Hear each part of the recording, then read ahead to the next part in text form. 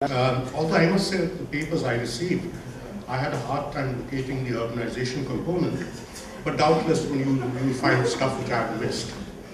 But nevertheless, we do have three very interesting papers out here.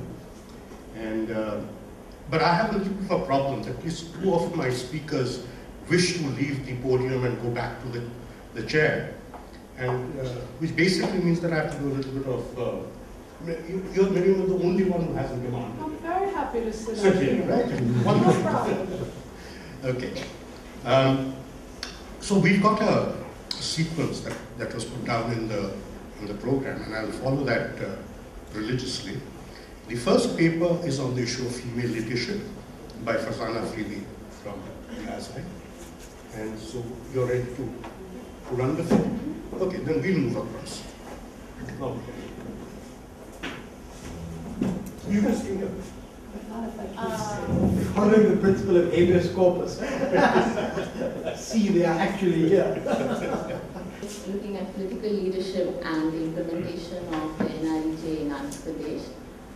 So basically, there's this tremendous literature which looks at female participation in household decision making and what is the influence that women have in resource allocations within households.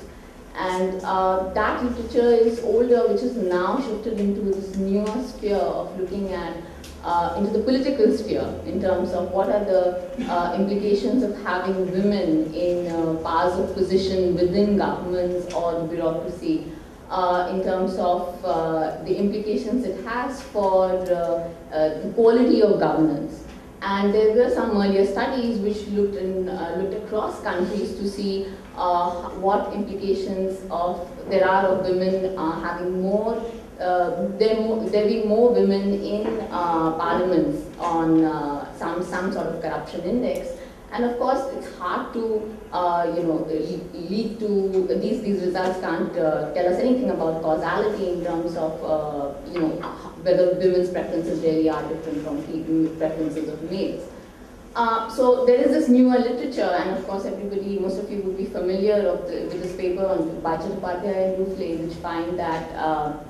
which finds that there is this difference in preferences between female elected representatives and male representatives in villages in India, and essentially they take advantage of the randomization in the reservation of Gram Panchayats or GPs to identify this effect and to causally assign it to differences in preferences of women and men.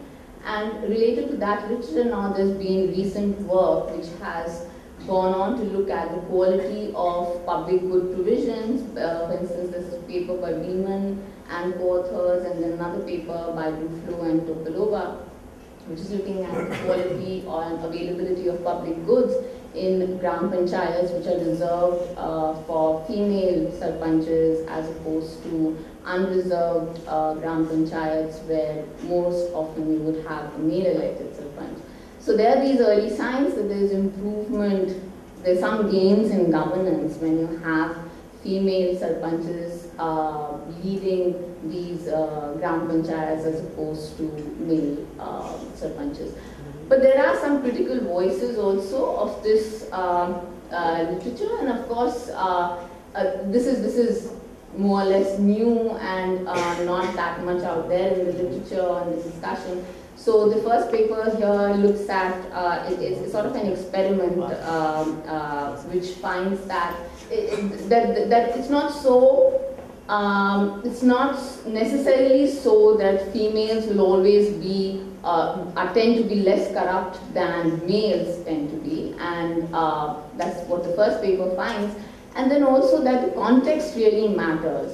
What context are we looking at might affect the outcomes that we see in terms of whether females are effective in the outcomes that we see in terms of distribution of public goods, the provision of public goods, the quality of the public goods which are being provided. So, and actually the last two papers that I'm referring to look particularly at Andhra Pradesh, and Andhra Pradesh provides a different context here because Andhra Pradesh has typically the Gram Panchayats are not as powerful in terms of the financial powers that they have, in terms of the say that they have in allocation of public goods as they would have, let's say, in West Bengal or in Rajasthan. So there is some amount of bureaucratic control, and it's significant as opposed to certain other contexts such as West Bengal, which is some of these earlier studies that have looked at, that I was referring to, particularly the Duflo paper, the Chattopadhyay and Duflo paper. So to come back to our paper here, then so the reason why we're looking at the NIDJ is, I mean, there's a tremendous amount of debate right now about the National Rural Employment Guarantee Program in terms of the implications it has for poverty alleviation. So we are not going to be looking at what is the impact of NIDJ on poverty alleviation, does it reduce it, but we are particularly looking at what is happening with the delivery of the NIDJ in terms of the quality of the program being delivered, in terms of, so I'll elaborate on what are the different outcomes that we're looking at, and specifically looking at corruption in the NIDJ, in terms of specific indicators of corruption.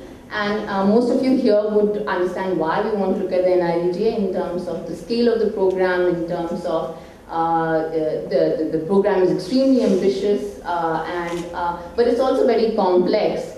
And most importantly, from our perspective, why we think it's very interesting is this whole process of social audits, which is enshrined in the Act itself. So unlike this usual procedure that we have in India of having top-down audits, we have audits all the time happening in India, but this is one of the unique programs which gives power to the beneficiaries themselves, to those who are entitled to these benefits, to question the local governments, the local bureaucrats, the elected and the non-elected representatives in terms of the quality of the services that are being provided to them through this, so the quality of the infrastructure that's being created by the NIDJ, or in terms of the entitlements that they're supposed to be getting. So, and that's why this paper also looks at the broader literature, which is talking about decentralization. There's been studies looking at community participation and community monitoring of public good provisions and so on. So this paper is looking more broadly in that context as well, and also, of course, looking at how these differences in terms of quality of implementation of this program matters when you have reserved versus unreserved Gram Panchayats for females. So just to give you a background to really understand who are the players in this, the administration, and why we think that Andhra Pradesh is an interesting case study and how it might be different from what is happening in other states in India. So to just go over this very quickly, this is essentially more or less what's happening in the entire country. But there are some differences here. And so you have the district administration, which starts with the district collector, who's overall responsible for the implementation of the NREGA projects. And so in our study, we are not going to be looking much at the district level, but we are going to start looking at the local bureaucracy, which is the mandal or the sub-district, and then go down to look at the panchayats or the elected representatives at the village level. So the most important player here really is the Mandal Parishad Development Officer. The Mandal is essentially the block development officer, who's responsible for all sorts of programs that are going on in the Mandal. But then you also have an additional program officer who's been appointed specifically to look at NREGA projects. So this is additional layers in the bureaucracy which are being added due to the NREGA. And this is a contractual employee, it's not a career bureaucrat, unlike the MPDO, who's a career bureaucrat.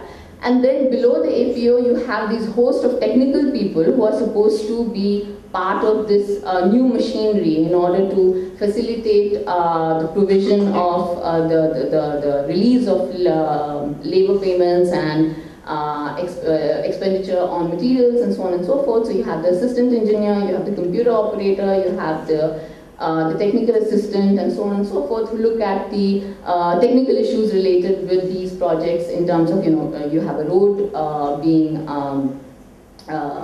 you are you're implementing a project in which you're building a road, so what's the amount of materials that's required, and so on and so forth. And then below them there are the village level functionaries, which is the Gram Sabha, which is supposed to have a shelf of work. So you have a meeting of the Gram Panchayat, and the Gram Sabha essentially consists of the elected representatives plus all the residents of the Gram Panchayat. And Gram Panchayats typically consist of 4 or 5 villages. And they would have to agree on what are the shelf of works, what are the most important infrastructure works that need to be done in the Gram Panchayat. And these have to be passed on then to the block level also for further approvals. So here 75% of the projects which are implemented in NRDGA come from the Panchayat, and the remaining come from the other 2 tiers, the upper tiers of the Panchayat system. And below that you have the field assistant. Now I must emphasize the role of the field assistant here. The field assistant is the person who is the direct interface of the NREGA program with the local, with the beneficiary. He is the guy who goes out there to tell people that look, a project has started, do you need work? He's the guy who's going to provide the job cards. He's the guy who's going to be really the person that they meet every day in terms of whether they are, in terms of this guy taking their attendance regularly at the project site, in terms of entering records in the job cards and so on and so forth. So I'm using a lot of terms over here which I'm not sure everybody knows, for instance, what job cards are and so on and so forth. But you'll just excuse me because there's such little time and there's so much to cover. And then below that there is the mate or the group leader. So he's one of the workers. So you're on the work site, you have a group of workers who are working, and then they would elect one person from among them who's supposed to keep tabs on people attending at the work site in terms of making sure that the attendance register is being maintained and so on and so forth. So what's the role of the Sarpanch over here? So the role of the Sarpanch over here essentially is not as obvious as it might be in other contexts, as I pointed out, when you're looking at stronger panchayats in West Bengal or in Rajasthan.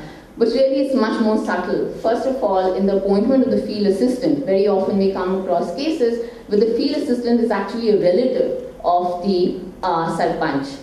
There has close relations, either political, not political affiliations, some sort of allegiance or personal relationship with the Sarpanches. The other important role that the Sarpanch has is when it comes to expenditures on materials, where they are the ones who are actually choosing who the suppliers of these materials would be for various projects that are going on. So here I would just sort of discuss with you how this procedure goes on in terms of payments for labor as well as payments for materials. And you can see over here, and I don't want to go over it too much, there are various players at various levels in deciding how these payments finally go. So for example, if you look right at the end in terms of the payments going finally to the beneficiary, you can think of the possibility that there will be a lot of collusion between these different levels of the bureaucracy. So you start with the field assistant who has some allegiance, let's say, to the Sarpanch, and then you have the MPDO verifying these records, and then finally you have the branch postmaster who's making out the payment, who's making the payment to the final beneficiary.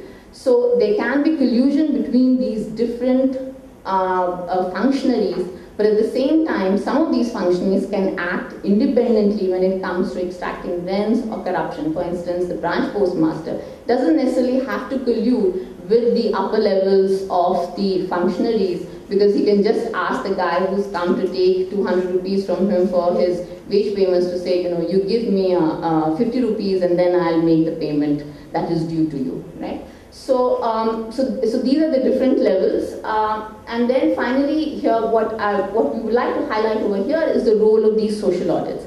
So unlike any other state right now in India, Andhra Pradesh has really institutionalized social audits. And the way it has done this is to have this society for social audit and accountability and transparency, which is not headed by a bureaucrat, it is not headed by a politician, it is headed actually by an activist, and this is how it's been part of the Congress government now. Now, of course, we don't know whether it would continue in this format. And the cost of these audits come from within the NREGA budget. So 0.5% of the NREGA budget is actually allocated for conducting social audits. And there's no other state in the country which is actually doing that. So it's a unique experiment here which needs to be studied. And as you can see, the process is really very standardized. Unlike in places like Rajasthan, let's say, where you've had NGOs coming in and are deciding that, okay, we have to conduct an audit today in this particular district. This is not the way Andhra Pradesh is functioning. It's a very systematic procedure. There is very little scope here for subjectivity. It's very objective procedure, and there are checks and balances which are built into the system so that the whole system itself doesn't get corrupted. Now, of course, there are questions, and one can question these things, but the way we've at least observed it and studied it seems to be one of the most objective ways in which one could conduct these social audits. And if you look what I call the VSAs, or the village social auditors, these are the guys who are the beneficiaries at the village level. So you are training these guys to actually conduct social audits within their villages. And so you're creating an army of people who have this the information that they need about their entitlements. You're empowering them so that they're able to actually carry this out even without any hand-holding from the state government. So the way we went around doing this was we had 3 surveys across 8 districts of Andhra Pradesh, and this has just been concluded. So what we're going to tell you right now are not any results from the study, because this is very, very preliminary and data are still coming in. So this was done at 3 levels. As I said, we have the Mandal Parishad development officers, and we need to know what is the role of these MPDOs, how are they interacting with these sarpanches. So these 8 districts go across northern Andhra Pradesh, the Telangana region, which is the poorest, and also you have a coastal district, Guntur, and then we have 2 districts which are in the south. So we try to spread it out spatially so that we get a fair idea of how these things are working across different districts, because there might be a lot of variation across them. Within these 100 mandals, we selected 300 gram panchayats. So the way we did the sampling was to ensure that at least 1/3 of these GPs would be GPs which are reserved for female sarpanches. And what is important to note over here is that these sarpanches were elected in 2006, and that's when the NREJ program started in April 2006. And the new sarpanches have come in 2011, so the new elections have just concluded in Andhra Pradesh. So these guys have been there for 5 years now. They have actually gone through the entire process of NREJ through all the teething problems and so on and so forth. And then we also interviewed these beneficiary households within these sample GPs. So we specifically wanted to interview beneficiary households. So we did a sampling in such a manner that most of these households would be scheduled caste and scheduled tribe households, and less of backward caste, because they tend to be richer and less likely to want to participate in NREJ. But we made sure that the sample was representative of beneficiary households within these GPs. So in contrast to existing research, there's one particular paper which I didn't elaborate on, which doesn't find any effect of the characteristics of the sarpanches on the implementation of the NREJ, and that wasn't looking at corruption specifically, unlike our paper. We extract social audit information from the original social audit report. So we got this information from SAT, the original reports, which are all in Telugu. We translate them, codify these, and so on and so forth, and then link them to our own survey. And these audits have been going on from 2006 to 2011. So there's a potential here of building up a panel of these audits. And so on average, you have at least 2 audits in every gram panchayat in our sample. Or it would be between 2 and 3. And so we are still in the process of doing this extraction. So as I said, the results that we will be presenting right now are basically observations and descriptive statistics. So just to start briefly with what are the characteristics of the sarpanches by GP reservation status. So this is based on our GP survey. And what we find is what earlier studies have also found, which is that the education level of female sarpanches tends to be lower than that of male sarpanches. But then we've delved a little bit deeper into this to ask about the experience. And what we find is that most female sarpanches have very little prior experience in having any political leadership role. But there is no statistically significant difference in terms of whether a female member of their household had any previous experience. But what we find really interesting is that you see that spouses are more likely to be helping these female sarpanches. as opposed to a parent who would be helping male or have, sorry, not helping, having prior experience in the family of the male sarpanch. And so just referring to this help, which is assistance with day-to-day sarpanch work. And again, we find that females are more likely to be assisted by some family member in carrying out day-to-day work. And then again, amongst those who are assisted, spouses are more likely to be assisting female sarpanches, and offsprings are more likely to be assisting the male sarpanches. And what we find most often is that the male sarpanches who are more likely to be getting assisted are also coming from the reserved category, which is SCs and STs, which we haven't shown over here. But what is interesting is when we go to the household, so the last line over there is really looking at the household and asking the households, do you think that, what is your perception about the effectiveness of the elected sarpanch? So we are very specific with saying, it's the elected sarpanch. And we don't see any significant differences there in terms of what the perceptions of the households are. Now, of course, we can't draw any conclusions right now firmly about what that means in terms of how we relate the results that I'm going to show you over here with, the differences between preferences of women versus male sarpanches. But so now, what I wanted to show over here is the household survey, and what we find over here is that there's no significant difference in the awareness of the entitlements of households. But what really strikes us is when we start looking at these wage payments, and we find that in female reserved GPs, the beneficiary was more likely to have been asked to pay to receive a job card, and they shouldn't be asked. The job card is part of the entitlement. Everybody should just automatically get these job cards if they want to participate in NREGA.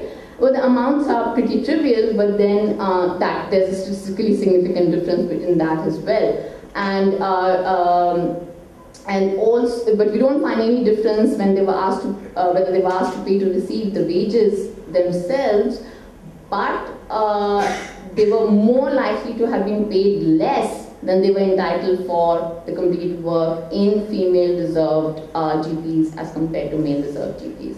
But then it's also interesting to see that even though, so you have all these a higher proportion of issues with labor payments, complaints in female reserved GPs, but then it's also more likely that there is daily muster roll entries at work sites in female reserved GPs as opposed to male GPs, and also the beneficiaries participating more often in social audits. So we don't really know what is the cause. I mean, is it because these guys are participating more often in social audits that they seem to be complaining more when it comes to female reserved GPs, or is it vice versa, that because there are more complaints, there is greater participation in female reserved GPs. So now, so what we have right now when we just look at this household survey data is that there seems to be more of these issues in terms of at least labor payments when it comes to female reserved GPs, and now we want to switch to the social audit data. The social audit data gives you a bigger picture because it tells you the entire universe of possible complaints and corruption that you might see in the implementation of the NREGA. And so here, I'm going to tell you when I find something which is statistically significant, but this is not statistically significant over here. We find that in the female reserved gram panchayats, there is greater complaints related to labor payments and labor expenditures. But in the case of expenditures on materials, it seems to be higher in male gram panchayats. And again, if you just look at the numbers on the y-axis of the entire universe of complaints. So what I mean by complaints are, these are complaints which are recorded by the social audit team from the beneficiary households, from the social audit team itself, from many of the functionaries of the NREGA itself. So it's not just related to the beneficiary households. So so what we conclude, at least from here, when we just look at the summary stats, is that this corroborates what we find at the household level, that labor expenditures, there seem to be more issues in terms of labor expenditure complaints in female reserved GPs, but material complaints might be more in male Gram Panchayats. And when we look at the nature of these complaints, the biggest issue here is the impersonation of Benami complaints, which means that you actually didn't work, but you withdrew money either using somebody else's name who had worked at that work site, or that nobody by that name had actually worked at the work site, and you created a fictitious character on the basis of which you withdrew money or you got these wages. And here, so a lot of those first few issues, non-payment and delay in payment of wages, are also administrative issues, because when you actually look at the whole process of making these labor payments, these Gram Panchayats are also learning how to actually go through all this paperwork. And there is a whole learning process and teething problems.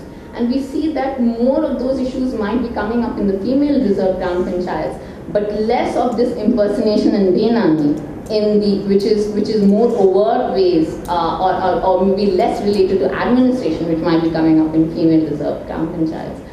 Then again, when we look at material expenditures, most of this is excess material. Now, I'm not showing you the entire universe of complaints, but just the basic, the ones which come most often is the use of excess materials. So the most obvious things, which is a program is supposed to exist on paper only, that doesn't happen. What happens is there's excess usage of materials, and that seems to be systematic between male and female GPs.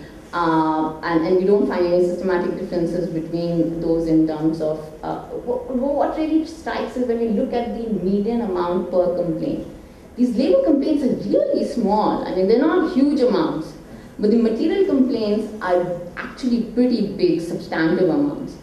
And so, even though 70% of these expenditures on NREG projects are related to labor expenditure and 30% is supposed to be on materials, this is where most of the corruption is likely to happen, because it's harder to detect, right? So even though you have fewer complaints, the amounts of these complaints are also huge, because the number of complaints you're going to have small, that you might have small, and then if you look at the differences, the median amount of complaint in the male Gram Panchayats is higher than it is in female Gram Panchayats.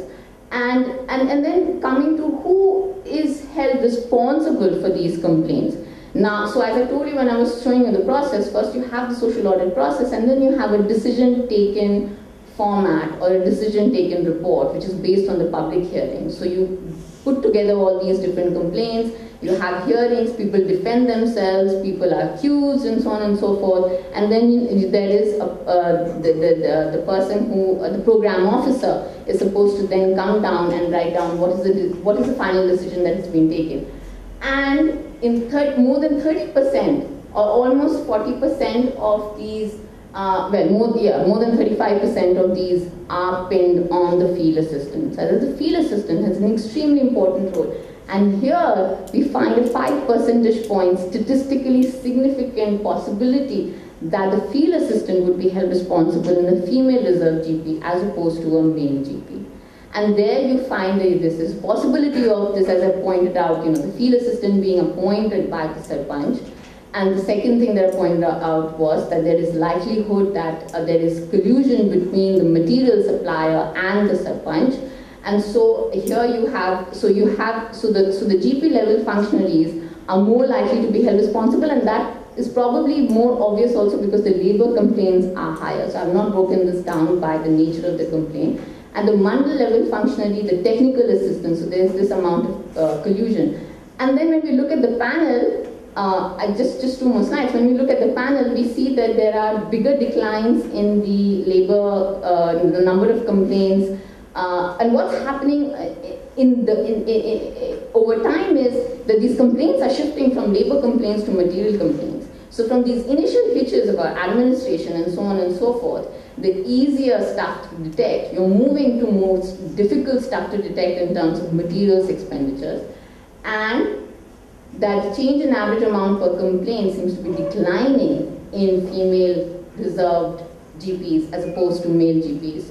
Now, as I said, none of this is statistically significant. The only one that I pointed out to you was the field assistant figure, which was statistically significant. So what do we summarize from here? Just that there are significant differences, but there are no differences in perceived effectiveness of male and female sarpanchs. We are not drawing any causal conclusions as of now. This is we haven't done any rigorous analysis as yet. The labor expenditure irregularities seem to be higher in female reserve gram panchayats as opposed to material expenditure irregularities, which are higher in male, sorry, I shouldn't have said male reserve, male gram panchayats. The median amount of material expenditure related to complaints is significantly higher than it is in labor.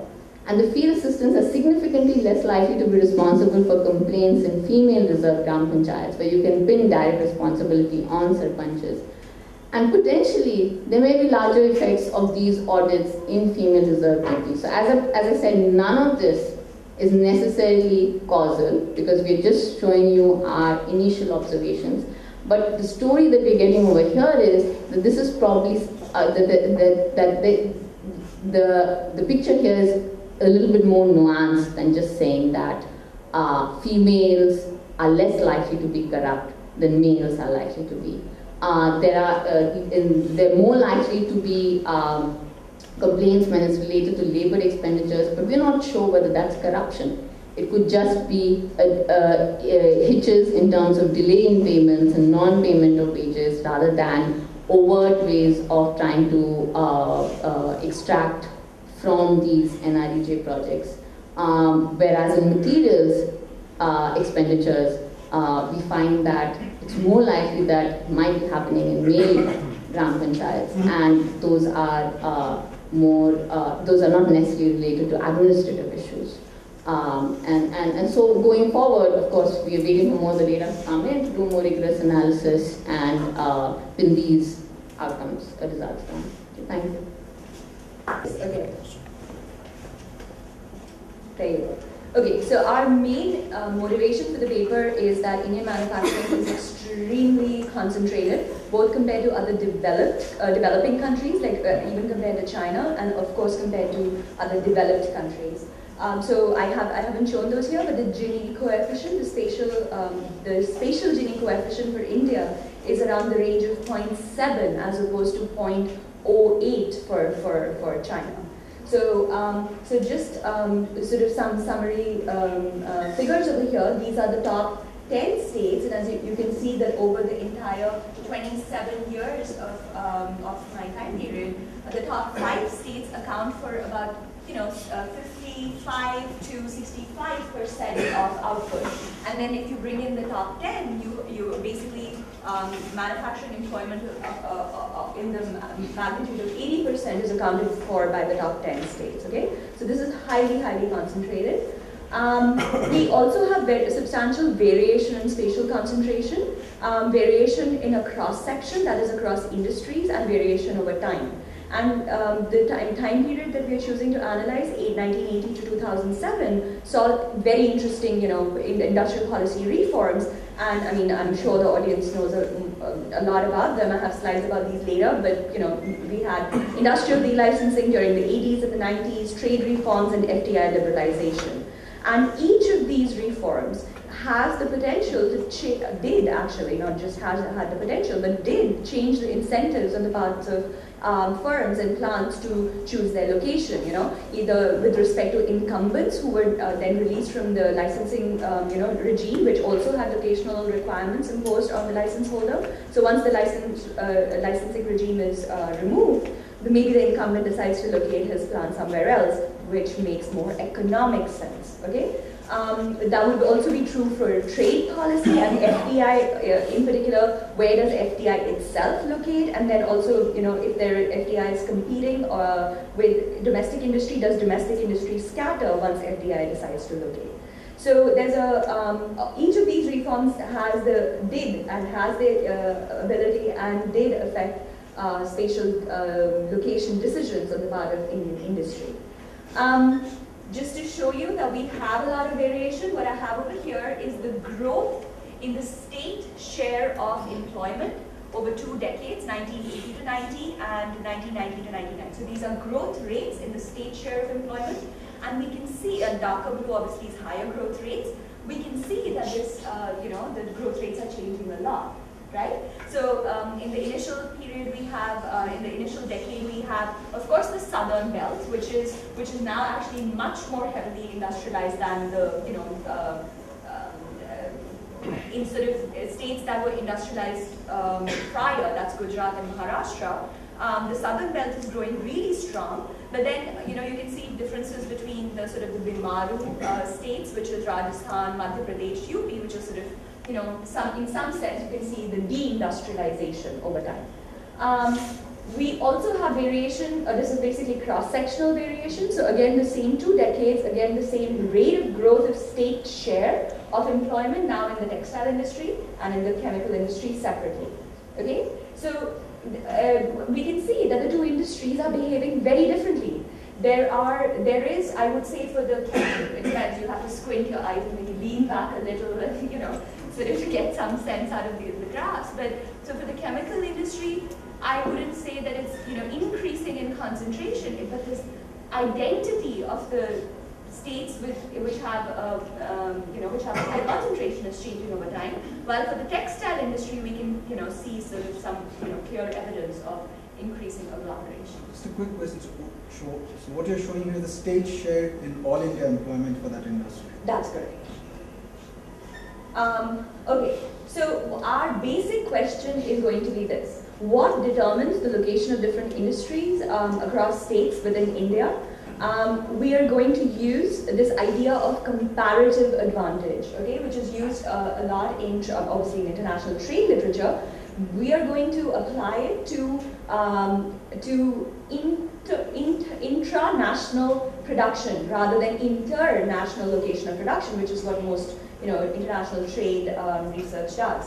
And our idea of comparative advantage is actually pretty intuitive, which is that an industry characteristic, for example, your intensity of use of infrastructure, or roads, or electricity, combines with a regional characteristic. How much is the electricity capacity in the state? Can the state give you enough roads or good roads, etc.? These 2 combine together to create a comparative advantage.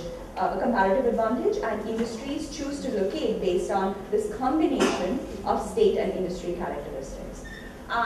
We will analyze both the stock of employment in a particular state industry cell, which is basically going to be, the share of employment of that state in that particular, in total employment of that particular industry. And also, I'm going to call it entry, but I'm going to not, it's not really entry. The data limitations basically don't allow us to follow plants over time, so I don't really know old plants I don't know when the plant exactly entered. What I do over here to measure entry would be to look at the employment in new plants within a state industry cell. So if you're 0 to 3 years old, that's relatively new, so you entered that state industry cell. So that's going to be a measure of entry. The second question that we're going to look at is, could there be or are there complementarities between state level initiatives to increase to attract manufacturing industry, which would be to provide better governance, maybe better roads, better electricity provision, maybe some special economic zones, etc. Are they complementary to central level incentives? And my central level incentives are basically going to be industrial policy, trade reform, FDI reform, de-licensing, and things like that. So what is the relationship between these kind of these 2 sets of sort of policy decisions? Okay, so we have some theoretical background. I've been extremely arrogant and I'm not going to show you any literature survey at all from the empirical literature. There has been some work done using this framework for Chile, Argentina, and Brazil. There is absolutely no work of the sort for, in fact, any Asian country. Okay, so, but for the theoretical framework, as we can see, this idea of comparative advantage, the idea would be something like industries that use intermediate inputs very intensively would tend to locate in regions that have large industrial bases, so that they can use the networks to source their intermediate inputs. Then we have the idea also of which again, the results with IRS have not, theoretical results from IRS literature have not really borne out in empirical tests of those hypotheses. but I'm still going to put it out there, that industries with increasing returns to scale, they need to utilize and produce a lot so that they can reduce their costs, and so they will maybe want to locate in states that have large market potentials that allow them to sell large amounts very close, okay? I mean, to sell large amounts to buyers who are relatively close by. Of course, the way that I'm describing it, you can see that this relationship between increasing returns to scale and market potential of the state is going to be ameliorated by trade costs. So in fact, we find several counterintuitive results for IRS, so that's why I'm actually sort of giving you the caveats right away. But the idea is, this sort of link will matter only when your product is really heavy to ship. If it's not heavy to ship, then you may care much lesser about where your buyer is located. And then, of course, very importantly, the idea of the Heckscher-Ohlin idea that production tends to locate where the natural resources that are needed to produce are located. Okay, so just to give you an idea of my comparative advantage factors, the first I'm going to call base, which is the interaction of the I/O linkages or the need for intermediate inputs at the industry level interacted with the industrial base in state S. And third column shows you the actual proxy. Data is a major issue over here. Shows you the actual proxy that I used to construct this idea of intermediate use intensity and industrial base. I use the materials to sales ratio interacted by the share of manufacturing in the state domestic product. So that's my comparative advantage factor. Market is going to be IRS in industry J, so that's a technical parameter pretty much for an industry, interacted with the market potential of state S, which I measure as per capita state domestic product. Education, now this is the idea of demand for skill. So if you tend to demand, labor pool basically, if you demand workers that have a particular characteristic, then you will tend to locate in regions that have that pool of workers. So my data allows me to distinguish only between two types of workers, manual and non-manual. So we define skill as non-manual workers, and that's what I have over here. Skill intensity of industry J interacted with the skill abundance of state S. So that's basically, that's what I have, that's how I created the proxies using ASI data. For labor, now this gets really Heckscher-Ohlin over here. Labor abundance interacted with the labor intensity of the production process of that industry. Infrastructure, I'm going to have a transport intensity variable, which is, I mean, I'm showing you the proxies because we really love comments about this. Data on particularly state level things is extremely limited, but if you have the data or if you have suggestions, we'd love to hear. Okay, so what we do for infrastructure is we take the inventory to sales ratio. This is basically what's used in the urbanization literature to measure your dependence on transport costs, or rather measure your dependence on transportation, basically. It's not the ideal proxy, but at the industry level, I don't really have a time-varying proxy for intensity of use of transport, like how important is transportation to you. And for infrastructure provision at the state level, I'm using the transport expenditure that the state government does every year. So this is not a stock variable, it's a flow variable. And then finally, governance. So this is a new sort of thing that we've added there, particularly, I'm sure so many people over here are, the Bihar sort of growth, story, the miracle, etc. We really wanted to put in this governance variable because I think it matters a lot for industrial location in India, or so we thought. So the idea of contract intensity basically comes from Nathan Nunn's idea, which is how much do you as a business need to interact with other businesses? And if you do need to interact a lot with other businesses, you want to locate in a state where your contract will be protected, where your property will be protected. Maybe if somebody wrongs you, you go to the court and you have a reasonable hope of the system working. So for governance, what I use is data on murder per capita. So we have data on some amount of data on judicial quality. We have data on property crimes, okay? All of which could be, this is reported data, not actual data, so it could be systematically under or over-reported. Murder rates are not under or over-reported. I mean, this is sort of, no? No, I mean, my father is an IPS officer, and I asked him, and he said, no, they won't report anything. Murder, they have to, otherwise they lose their job. So, that's sort of the idea here. And I guess you might want to value your life more than your factory or your shipment or something like that. I don't know. Okay, so these are our basic, comparative advantage factors. My data is going to be unit level data from Annual Survey of Industries, which we have from 1918 to all the way through 2007, but in this presentation I'm only going to use 1980 to 1990. Some of my state level data comes from the EPW Foundation, and so that's another bottleneck that we're facing, because the EPW Foundation provides STP and the various heads of expenditure, but only for 16 large states. So, 17 states, we basically just have to throw them away because we don't have any state level data on those states. What are my variables of interest? The first variable of interest is the share of, say, the textile share of Bihar, say, in the total employment for textile industry in that particular state. Okay? And my second variable is going to be entry rate, which is young plant employment, so employment in plants that are 1 to 3 years old in that particular state industry cell divided by total employment in that state industry cell. What is the source of that data? I'm sorry? What is the source of this? So I'm creating it using ASI unit level data. From that, it's units, so I collapse it to the level of the state and industry. So I basically get this huge matrix of 180 three-digit industries and 33 states. You haven't used NSS data at all? No. Who's always? Who's always?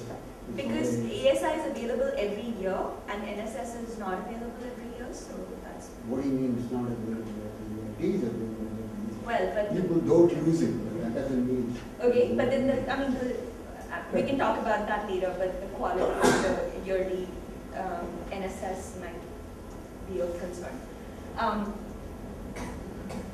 Okay, so another potential entry rate variable which I don't use might actually be, entry into state industry cell as compared to, total entry into that industry in that given year. I haven't done that, the second entry share, but I thought that, that's a possibility that we could use. Caveats, major econometric data challenges. It's only the formal sector.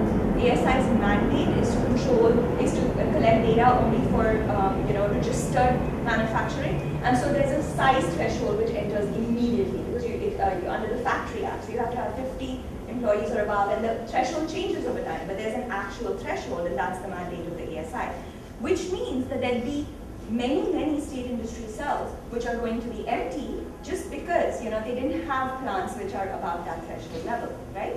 So that's going to be a major issue. The ASI data does not allow me to narrow down the location of a plant at a geographic unit smaller than a state. I don't see the district, etc. So I just have to use the state. The data has the problem of many... The ASI sample frame itself is incomplete. The factories are new factories enter much later, and the old factories that are dead are still there. Still there, right. But the aggregates, this is sort of the, so that's why for entry we didn't do, when you're 1 year old, we gave it that window, 1 to 3 years old precisely to address that fact. So there is the issue of many zeros. So I have a matrix with 180 industries and 33 states. So even to get the, under 17, just the 16 main states for which I have the data. But not every industry locates in every state. And so I have the problem of many zeros. What can I do about it? I could just ignore them, could throw them out. I don't care about that. So, but that itself is also not useless. That tells us something. It answers a question. What are the determinants of location in state industry cells which have, employment already in that particular industry? If I want to include them into my analysis, because that answers a different kind of question. What are the determinants? Why do some state industry cells not have any employment at all? Right? So one way that I could incorporate them in the analysis, in which a lot of the literature does, is to just put a small value into every cell. Okay? We've tried this. We've also tried to use the same thresholds based on the Factory Act that we were talking about to plug in the holes. So in the year that the threshold was 200 workers, I plugged in 200. So we did one plant with 200 workers, just to fill in that state industry cell. And this sounds ridiculous, but it may not be, because there may be a large informal sector, as Sir was saying, that there might be a lot of plants that are delayed entry into the data even after registration and things like that. That may be valid. But then another challenge that I have is to take into account the fractional nature of the dependent variable. And I used Tobit, but then we got super happy because we found this paper by Woodridge and Papley, which seems to deal exactly with the econometric problem that we have, which is that we have a dependent variable which is fractional, but there are many zeros. So this idea of fractional logit, seemed very attractive, and we have implemented this. So just to show you how important are the zeros, because I'm harping on that so much, this is sort of the distribution for this 16 important states. I picked a random here, it looks the same in that, and the biggest bar in the distribution, that's the zero. Right? So basically you have state employment share on the, whatever that is, the horizontal axis, and the density on the vertical axis, and each bar would literally represent one individual industry. Right? And so as we can see, there are a lot of zeros. Looking closer, let's look at Maharashtra. This is great. We find evidence that Maharashtra is a pretty industrialized state. So some of the industries, they almost account for in all the employment, in that particular industry. And this is 3-digit industry. It's pretty disaggregated. It's not like even 2-digit industry. And then, but Maharashtra still has a lot of zeros. They do not have employment in all of the state industry cells. Similar situation for Rajasthan, which is not an industrialized state at all. But see, you can see the difference between Rajasthan and Maharashtra. The maximum, share in Rajasthan is 0.3, as opposed to, about nearly 1 for Maharashtra, in whichever industry that was. And because this is, and similar for entry rates have, I think, even more zeros than, shares. So because this was the IGC and I knew everyone would be interested in Bihar, I crunched out some numbers, some graphs for Bihar. So what we have on the, and I didn't label the axes at all, what I have over here is literally the 3-digit industries. So for example, 320 to 24 is like coke oven products. No surprises that Bihar, accounts for a very large proportion of those.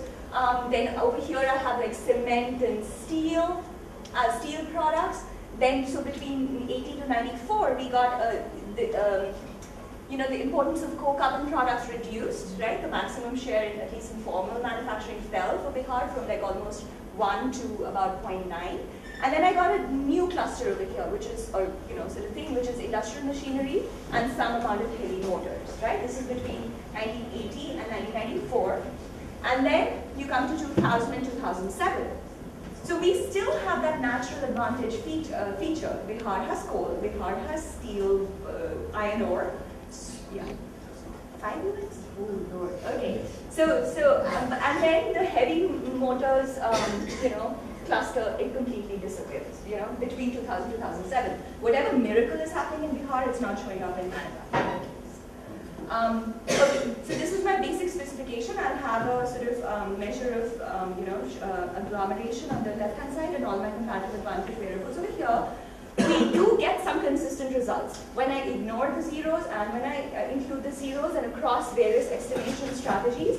So this is for share, and what I'm finding is education. Education referred to skilled workers. When you use a lot of skilled workers and you want to locate in states that have a lot of skilled workers, labor pooling economies basically, they matter a lot for the share of that, employment in that state industry cell. What else can I get out of this? Yeah, market potential, the counterintuitive sign, right? This was IRS times the market potential of the state, counterintuitive sort of negative sign. Let's look at entry rate. For entry rate, as we can see, the number of stars are much limited, but there are some different results, different from share, because share could be about incumbents, rather than mostly about incumbents. Market potential is positive now. So, and when the interaction term increases, they could move over there, right? So, a sort of undiscovered or unaddressed problem in the literature is the fact that both my left-hand side variables basically add up to 1 when you sum So my variable was where was it? Oh. Okay, it was LJST divided by LJT, and so it adds up, which means that errors within an industry would have a structure. So the steel industry is, sort of deciding where to put itself, where to locate itself, but it's sort of doing maybe a simultaneous decision across all the 33 states that are available. So that's an issue over there. What are my options over here? You can drop one state per industry, which I'm implicitly doing. The denominator of my variable is computed over 33 states, but the numerator is only for the 16 states that I'm actually including in the analysis. So there is that dropping thing. We've clustered all the standard errors at the industry level for all the specifications so far. And then finally, I would recommend that let's try using levels rather than shares. And in which case, I'll try and put the denominator in the share on the right-hand side, and just put it in there to control for the size of that industry. And so we decided to control for it in a slightly more interesting manner. Why not just interact that with, make it into a comparative advantage factor? So we call it lobby. You're a large industry in terms of employment, and the Congress Party is in power at the state level. Okay, I've tried this with using state center affiliation as well, and the results are similar. And so what we're finding is, if I ignore the zeros, both employment and entry employment are differently but significantly affected by this. And most of my other results sort of go through. Okay, am I completely out of time? Yes. About 5 minutes back. Oh, I'm done then. Okay. What are my policy results? Let me just show you the takeaway. The takeaway from our policy results, where we put in the policies and we interact further with the comparative advantage factors. And so the idea over here is state incentives for roads, infrastructure, governance interacted with federal level industrial policies. And what we find is a mixed bag. Okay? But trade and FDI sort of are tending to go towards more education, better governance, and things like that. While for delicensing, delicensing actually reduces the importance of infrastructure when it comes to, employment, the share of the state industry cell and new employment in that state industry cell. Thank you. Two political scientists funded by the IGC, and so I am particularly honored to be here, who is at the University of Michigan. And we look at, do I need to talk, is theft so prevalent in India and in less developed countries in general? There are some technical reasons. Not all use is metered, because meters are not in place everywhere, as they tend to be in the advanced world. There are policing reasons. Illegally tapping into a line is often ignored. And then there are bureaucratic reasons. Not all use is billed and not all bills are paid. Now, these characteristics of the energy sector are political when the energy corporation is a public corporation, as it is in Uttar Pradesh and as it is, I guess, throughout India, or still mostly in India. And so, and the CEOs of these corporations are political appointees. So these are problems of political economy. They are not just problems of the industry itself, for instance. We study line loss in this paper. And line loss is power that is generated and it is sent out, but it isn't billed. Some of that is due to the physics of energy going through a conduit. There is some loss as it travels the conduit. That is a very small loss, as a matter of fact. And then, of course, there's some loss also due to just malfunctioning equipment, even in the best of circumstances. So in the developed world, we find that perhaps 5% of energy is sent out and not billed. Maybe as high as 15%, but really a relatively modest amount of energy is sent out and not billed. It's unavoidable. The rest of it, we call theft. You'll see that theft is kind of a metaphor. We don't really know that it's theft that's going on. And theft consists of meter tampering, which is, of course, fraudulent, illegal connections, and you have a nice photograph there of illegal connections, and then excess use by flat rate customers, and that will turn out to be, we think, a very big part of the story here, and other types of billing irregularities, which we don't have, well, to the extent that we look at, we'll give you a little bit of information about that.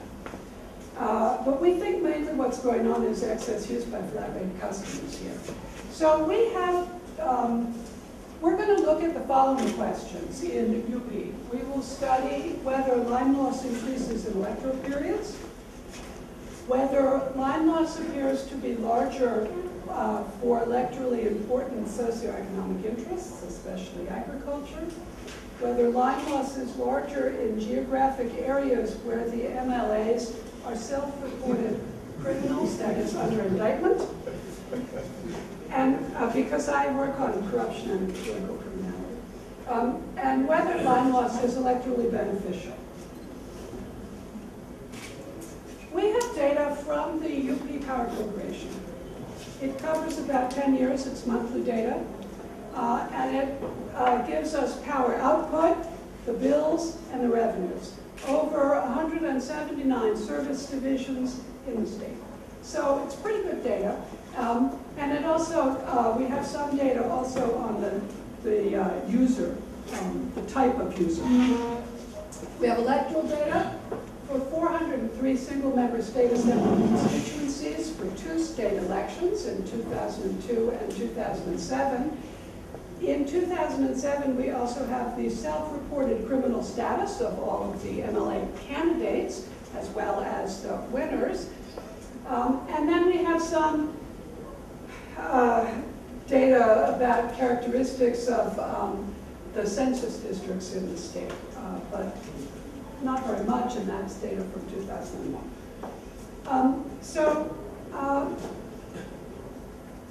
Here's what we begin with. Only 2/3 of the energy in the state that is sent out is actually billed for, which means that 1/3 of it is being lost to what we are metaphorically calling theft. We want to know where that's going. There is a lot of variation across the state in the amount of line loss, ranging from 13 to 66%.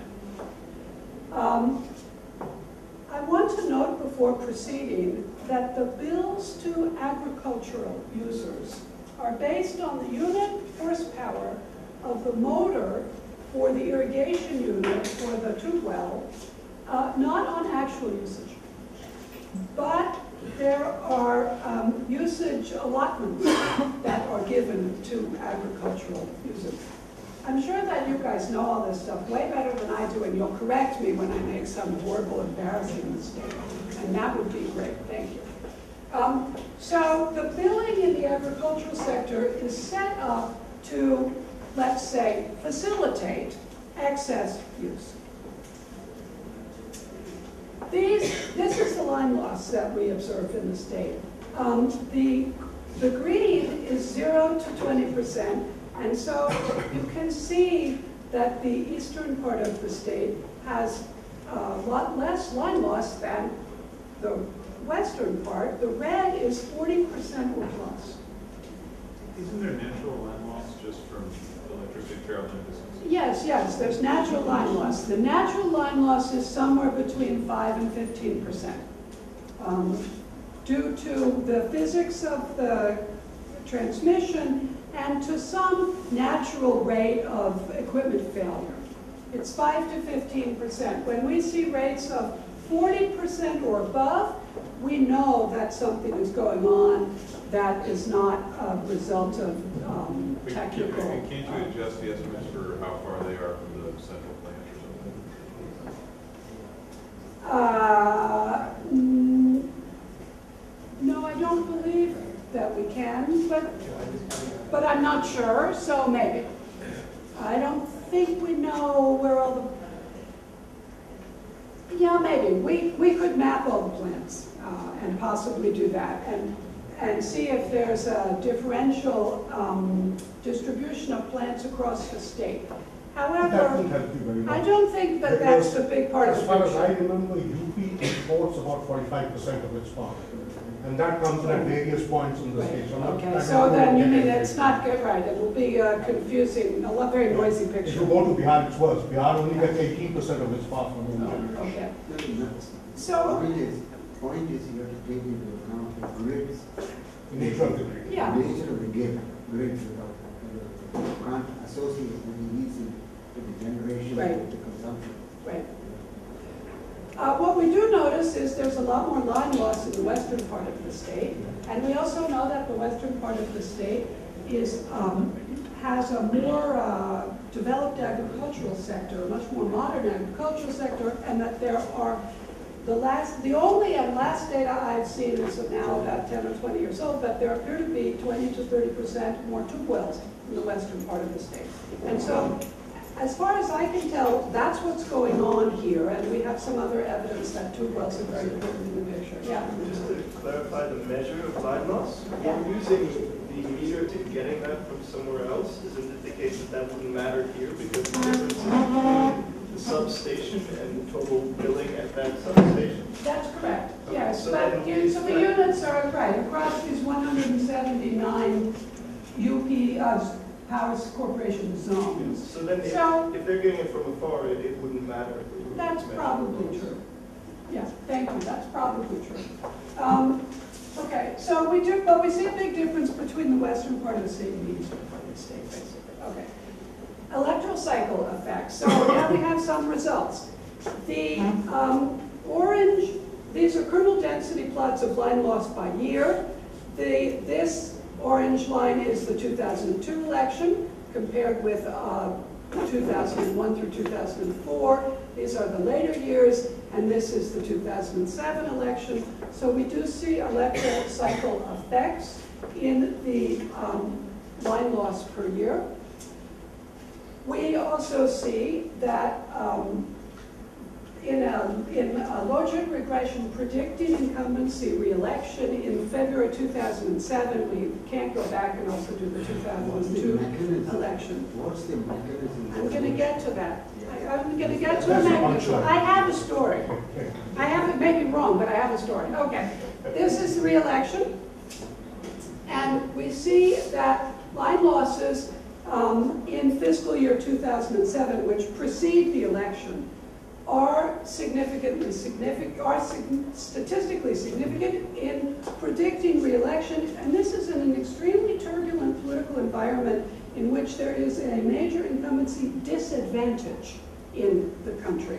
So this is a way to apparently to protect yourself electorally, to permit more line loss in the year of the election, the fiscal year of the election, which precedes the election. Some of these other things are significant, as you would expect, and some are not. Criminal charges is not. And I'll talk about that again in a minute. Okay, so these dots are all of the 179 power zones in the state.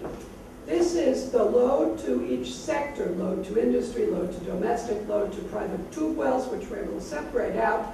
And this is the percent line loss.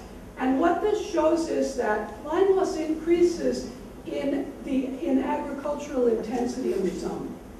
Well, we can't say it's all these farmers who own tube wells who are exceeding their allotted usage where we're getting all the line loss, but that seems to us a pretty plausible interpretation of what's going on here. Let me note as well, okay, and there is a noticeable electoral cycle for private tube wells. This is the election year, and you can see that the percent line loss increases as the proportion of the load goes to private tube wells. Political criminality. Well, we had thought we would get some great story about that, and we don't. That's our story. We observe no significant differences in line loss in constituencies that are represented by a self-reported criminal MLA and the other constituencies. However, we do find that where there are self-reported criminals on the ballot, it is more difficult for the UP Power Corporation to collect its bills.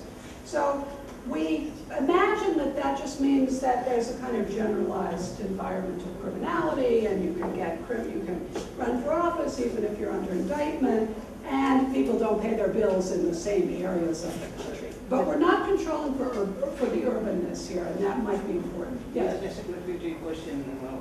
Who would be a self-reported criminal? Is it somebody under indictment? You're a self-reported criminal in that you're under the law of the country. You have to fill out an affidavit when you file your candidate papers. And the affidavit, you have to report whether you are currently under indictment or whether you have ever been convicted. And you have to put down the statute numbers also. And because it takes a long time to get prosecuted, you might be under indictment for quite a long time for a crime that is somewhat old, isn't it? What are our overall interpretations? Power theft, as we call it, is politically correlated. It is greater in election years. It is electorally advantageous to incumbent members of the Legislative Assembly. It's greater in agriculture, in areas of intense agricultural use, so that suggests that it's tube well owners exceeding their allotted usage. These tube well owners are, as far as we can make out without very good data, generally high caste, well-off individuals.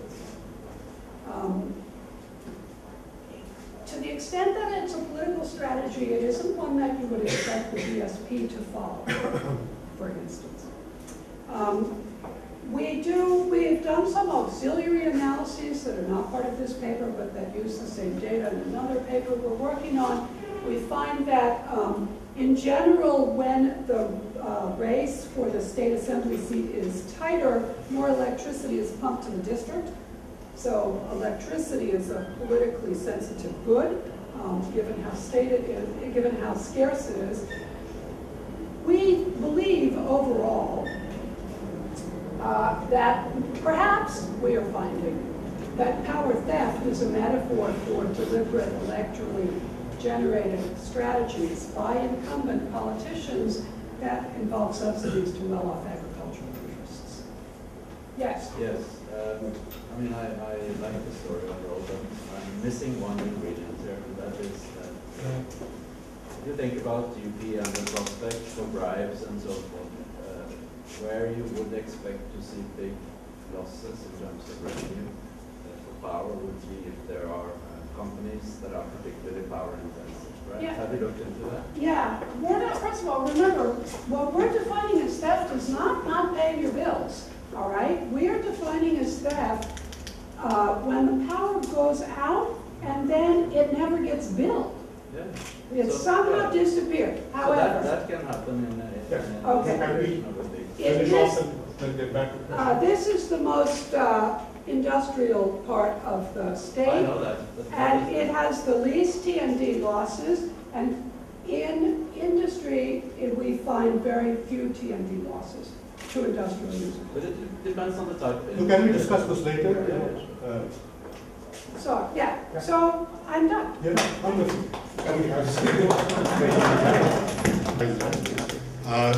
We've had 3 very interesting papers. I'm sure there are hundreds of questions, but I'm afraid we have to exercise a certain degree of restraint. So I'll start with the front benches. Mike? We can hear. The rest of them I might translate. Let me start with the last paper. Frankly, I didn't see any overall benefits how you want to you need to use it. retain the power, and so on. How that will be. We're not nitpicking here. Mike? Press that little button. Press the button.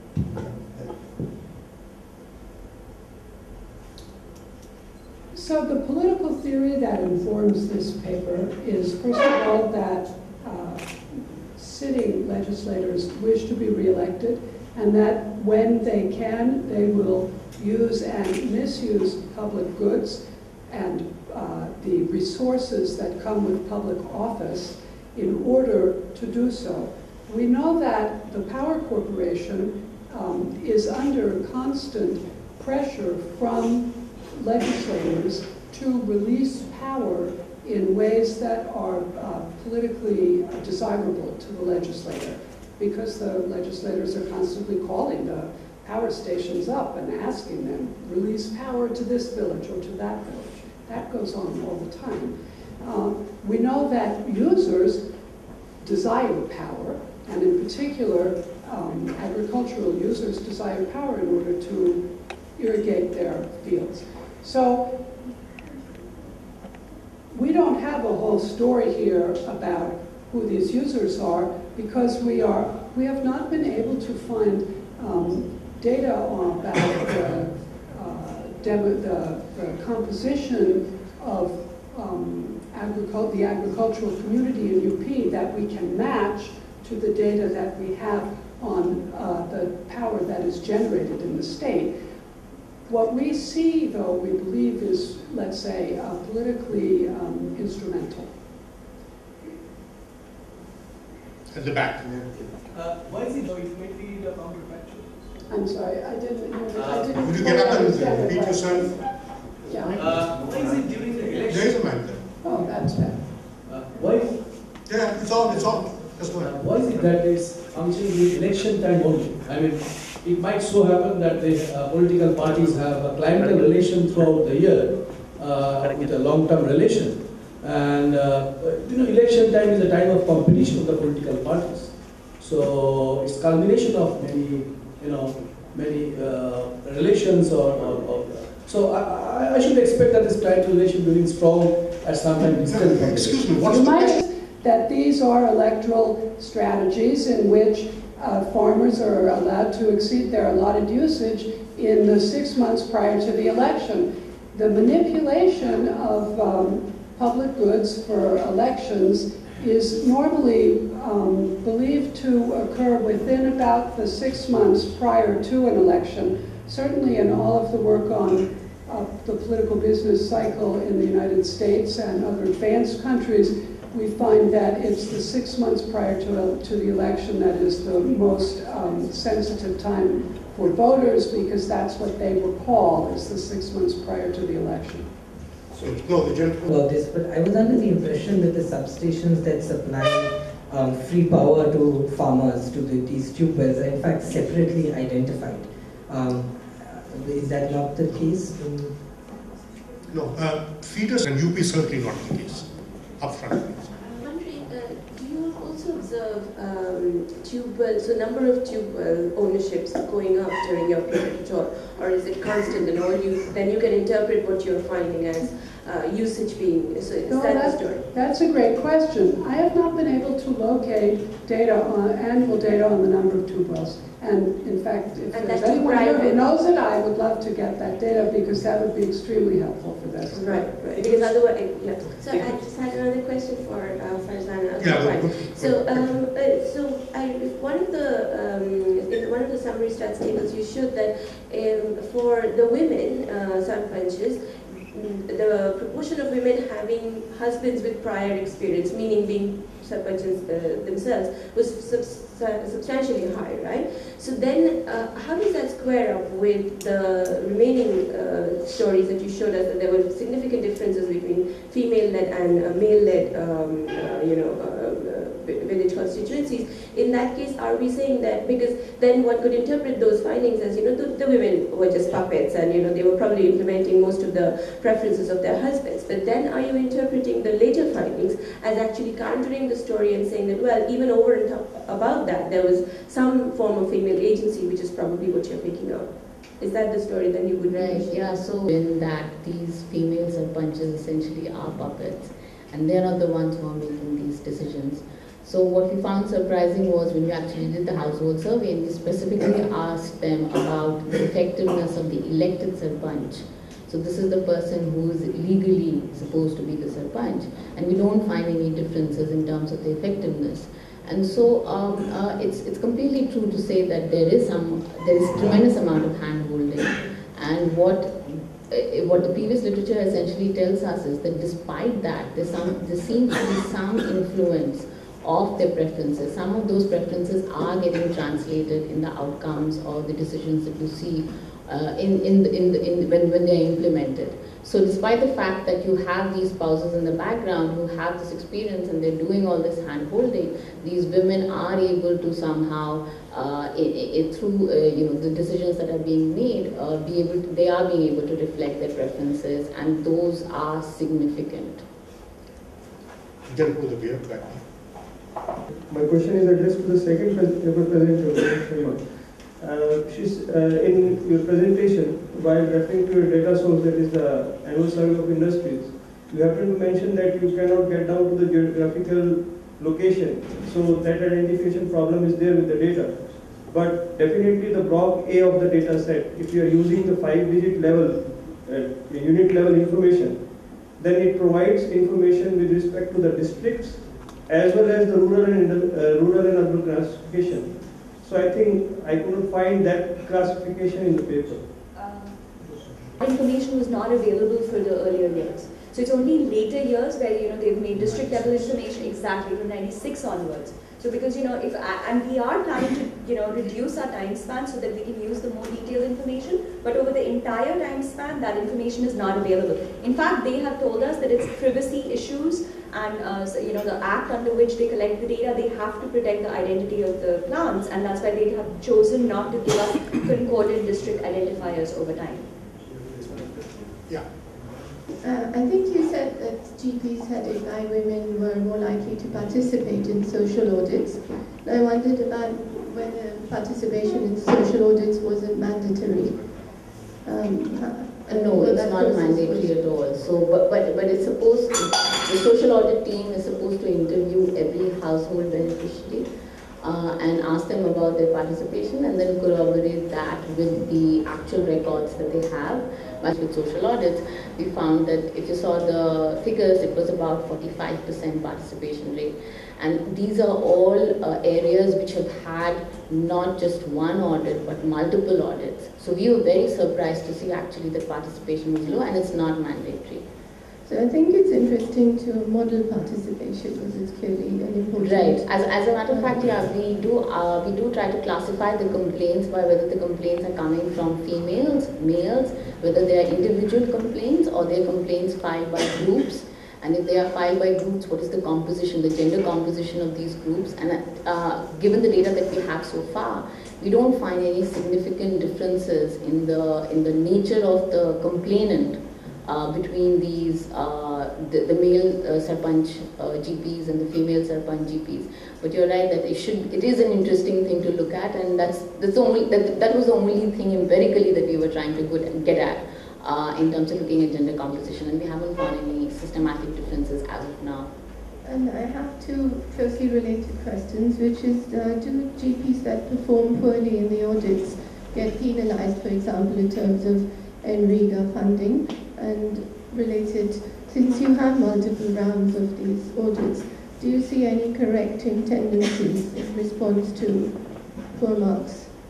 Right, yeah, I haven't looked at that data in terms of expenditures on NREGA as a result of corruption found in earlier rounds, and I don't think that, I don't expect to see those impacts. But yes, what does happen is that there is some amount of action that is taken in terms of suspension of some of these functionaries. So what we have tried to get information on is, for instance, how often have these field assistants been removed, the removal of MPDOs, transfers of MPDOs and field assistants. So those sorts of things are happening. But in terms of the amount of expenditures or the amount of money that is going to the Gram Panchayats as punishment for not utilizing these funds, honestly, that is not happening.